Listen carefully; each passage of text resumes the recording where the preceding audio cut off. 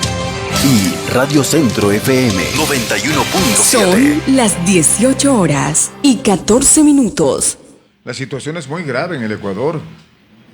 Tenemos que reconocer el trabajo de las Fuerzas Armadas, de la policía, no hay duda. Los vemos todos los días, hay operativos.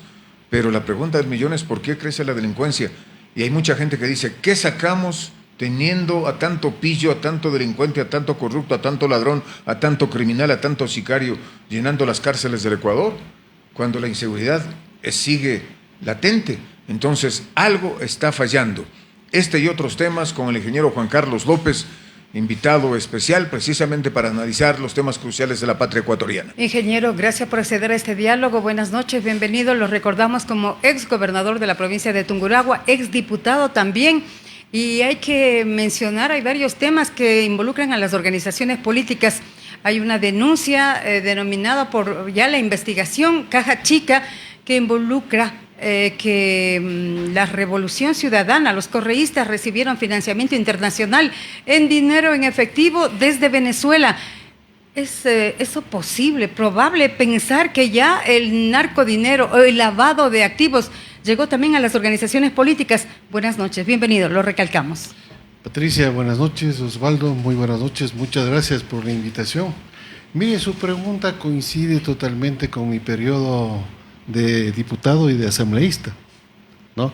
Recordará que en el 2009, cuando yo era asambleísta, lo primero que nosotros vimos es el tema de Angostura, cuando cogieron las computadoras cuando hubo esa invasión de Colombia, y cogieron las computadoras en donde el Mono Jojoy estaba hablando de los recursos económicos que se estaban dando a la campaña del presidente Rafael Correa. En ese entonces solo se quedó en el escándalo, porque Jojoy dijo textualmente que había dinero de las la vergüenza que pasamos nosotros a nivel internacional, que un presidente de la República de Colombia entregue las computadoras del presidente Correa con ese tema tan delicado. Recuerde también, porque parece que hay que recordarle a la ciudadanía, se encontró, o sea, se incautó en el aeropuerto dineros que iban a la campaña de Kirchner, ¿se acuerda? Entonces, o sea, no es esto novedad. No ¿Es un secreto a voces? No es un secreto a voces. Lo que pasa, eso no se ha investigado, pero ahora ha habido pues, la curiosidad de investigar este tipo de cosas, porque lamentablemente lo que nace del Foro de Sao Paulo es para justamente camuflar a todos estos personajes que siguen esta línea y que se enriquecen prácticamente a costilla del pueblo, y también tienen esa línea de apoderarse del poder, justamente porque la idea roja que pasa por estas alianzas que se dan a través del Foro de Sao Paulo, todos los que son de esta línea del siglo XXI, sí tienen algo en común: narcotráfico, el crimen organizado. Y entonces esas economías son tan grandes que son más grandes que el Estado.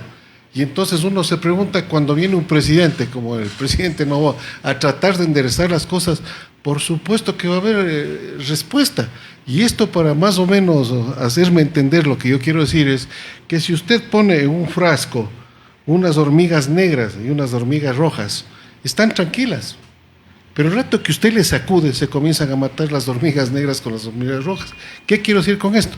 En la época del correísmo, que estaba aquí en el Ecuador, era libre: pase nomás la droguita, pase nomás la droga, haga nomás las cosas que ustedes quieran. Entonces, como no había esa respuesta para evitar que se den estas cosas, todo estaba tranquilo. Entonces alguien viene a tratar de controlar estas cosas y ahí se arma el avispero. Entonces viene la reacción. Entonces esta es una reacción que se da de acuerdo a cómo el gobierno está controlando de una o de otra manera, porque hay que felicitar y reconocer a los policías y a los militares lo que están haciendo por nuestro país, pero es mucho más fuerte la situación externa de dónde vienen los dineros para sostener este tipo de estructuras. Y súmese a eso la falta de trabajo, la pobreza, o sea, es un montón de cosas estructurales tan graves que son profundas, y nos faltaría tiempo para poder explicar, ingeniero, este tipo de situaciones. Y a esto se suma que el trabajo de la policía y de los militares se ve opacado cuando el delincuente, el sicario, viene y le mata. Pero el policía y el militar no pueden matarlos, si no disparan primero los otros. Pero entonces eso ya le mataron al militar, al policía. Hay casos concretos que pero se han producido. claro, 11 militares, Sí, recordará, señor. en la frontera. Vienen o sea que vienen y simplemente Pero ahí si se usted le hay mata a un derechos delincuente, humanos, aparecen derechos nadie humanos, reclama, claro que sí. pero cuando a un delincuente, o sea, se lo mata por defensa propia del militar o del policía, realmente tienen problemas porque la justicia ahí sí toma camino de una situación que al más débil, en este caso, le cogen y le cargan, ¿no? Yo pienso que las cosas tienen que cambiar, la lógica de lo que hay que hacer en la Asamblea Nacional, se tiene que dar un cambio sustancial a que se le dé todas las garantías a los policías y a los militares. ¿Qué piensa? ¿Quién delató esta situación de la Revolución Ciudadana? ¿Por qué le pregunto? Porque el día de ayer que se allanó la casa de doña Luisa González, ella inmediatamente salió de alguna forma a ofender a la Fiscalía y a los que le investigaban y acusar a la prefecta del Guayas, Marcela Guiñaga, de decir que ella debe responder porque era la presidenta de la organización política. En el Código de la Democracia, en este caso, lo que existe es que los responsables es el candidato y el contador. El tesorero El o tesorero, contador, ¿no? contador son los que responden, no el director del partido. Si el director del partido hace de contador o de ese... Ahí sí. Ahí sí, pero en este caso tienen que responder los dos, los dos, y es solidario. Pero no es pues, cosa de ahora, lo que ha pasado.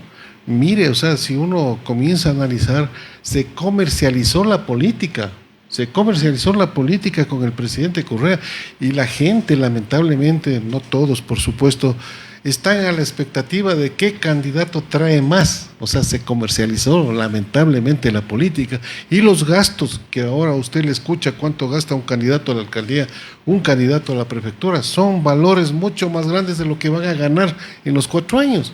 Entonces, la idea está tan deformada en nuestro país y no está tan controlada en nuestro país que los antivalores son los que ahora están de moda. Sí, los antivalores son los que están ahora de moda.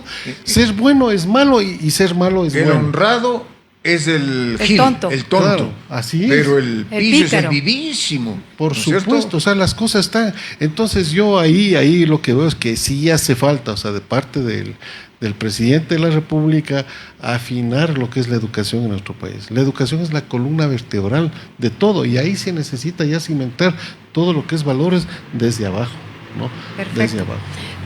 Alguien dice, confirmado, el ex asambleísta de la Revolución Ciudadana, Santiago Díaz, entregó información a la Fiscalía y entidades internacionales que involucran a Rafael Correa y su movimiento La Revolución Ciudadana como cofinanciamiento ilegal proveniente del ex dictador Nicolás Maduro en las campañas electorales. Pregunta del millón, es que, él era el tesorero de la organización política, debe tener las pruebas suficientes para salir a decir lo que dice, y adicionalmente él dice que teme por su vida y la de su familia. Es que mire, acordémonos de Quinto Pazmiño, de la mujer de Quinto Pazmiño. Es que este es un trama que viene le mataron a Quinto desde antes, Pazmiño. claro, le mataron a la esposa. ¿Qué pasó? Entonces, ¿qué pasó con los radares chinos? Esta es una historia como así, la base de Manta. ¿A quién favorece este tipo de decisiones? Del general Gabela. Claro, el general Gabela. Entonces, Casos aquí Drup. favorece estas cosas. Favorece justamente el crimen organizado, a las mafias. Trabajaron por eso, esa situación se comprende y es un hilo conductor, de todas las personas que pertenecen a este movimiento político, llámese Venezuela, llámese Nicaragua, llámese Bolivia, cuando Argentina estaba con los Kirchner, etcétera, etcétera, siempre tienen un factor común. Siempre han tenido un factor común. Se han tomado la institucionalidad de nuestro país, como pasó en Venezuela. Aquí hay que agradecer la presencia, para suerte los ecuatorianos, de Lenín Moreno, que sostuvo todo este proceso, porque ahora nosotros... Aunque sea considerado traidor, claro, ¿no? Así es, pero para ellos, pero para nosotros, por la democracia de nuestro país, algo mejoró y algo se sostuvo, este crecimiento que nos hubiese hecho tanto daño y ahorita hubiéramos estado sufriendo las consecuencias como nuestros hermanos. Avancemos. venezolanos. Ingeniero, ¿hasta dónde va a llegar este tema de la ANTA? ¿Usted cree que con los detenidos, con las sanciones, podría depurarse la ANTA a nivel nacional? ¿Dónde cree que podemos llegar con este tema? Es que mire, Osvaldo, esto tiene que investigarse en primer lugar, ¿no? Es lo que pasa cuando las campañas políticas, por ejemplo, están financiadas, muchas de ellas por los, y dependerá de los cambios de gobierno de turno, por constructoras. ¿Qué es lo que se obliga el burgomaestro, el prefecto? Darles trabajo. ¿Y qué significa eso? Muchas veces las obras no cumplen con las condiciones técnicas. Los estándares ¿Qué es técnicos? lo que pasa con la ANT? Muchas veces los puestos les cuestan. Los puestos les cuestan. ¿Y qué tienen que hacer? Recuperar. Y entonces se prestan todos estos procesos a que existan los actos de corrupción, las licencias, ¿no? Las matrículas, los cambios de dominio, los turnos. O sea, pero es que esto no nos debe llamar la atención en la ANT. Esto sucede en todas las instancias del quehacer burocrático de nuestro país. Todo está corrupto, no 100%, existen personas que valen la pena, por supuesto, pero sí se necesita una depuración total y tiene que crearse precedentes. Cuando se crean precedentes, entonces las cosas comienzan a cambiar, porque caso contrario, quedarnos solamente en la información y no quedarnos, en el trabajo que tiene que darse y crear los precedentes necesarios y a través de las leyes depurar, de una vez por todas, todo este tipo de problemas. ¿Usted cree que hay solución a los problemas del país, ingeniero? Yo le pongo a Bukele, Osvaldo, como ejemplo. Cuando uno se quiere hacer las cosas, se lo pueden hacer. Si no, ¿pero qué pasa si Bukele deja de ser presidente, viene otro gobierno? Viene otro y deja pasar, ¿no ve? Entonces, por eso es necesario, aquí viene la cultura política, la preparación política. Para eso es, pues, en el Código de la Democracia, que tiene que implementarse escuelas. Pero políticas. Nadie acata esa disposición, pues, nadie controla tampoco. Nadie controla. Entonces, cuando comencemos nosotros a trabajar en esos temas, estamos hablando de un nuevo Ecuador. Muchas gracias. Nos quedamos todavía con muchas incógnitas. Por ejemplo, los niños, los jóvenes que son el presente y el futuro de la patria. Con este tipo de ejemplos, ¿qué va a pasar en lo futuro? Bueno, con el deseo de ganar fácilmente. El caso del año, las costas, los adolescentes, el papá le da la llavecita. El celular de última tecnología. El papá o la mamá. Es que ya en otros países europeos ya están tomando las decisiones importantes del gobierno de quitarles ya el celular claro, y controlarles de la juventud, porque prácticamente este aparatito lo que ha hecho es dividir y separar a las familias, todo, claro, ¿no? Que es lo más importante de una sociedad.